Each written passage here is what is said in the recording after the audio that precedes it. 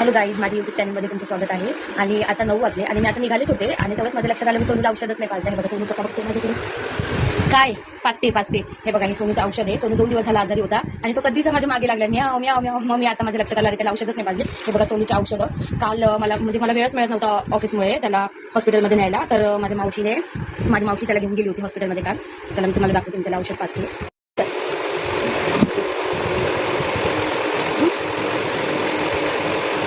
हा थांब सोनू. हे त्याचं औषध आहे.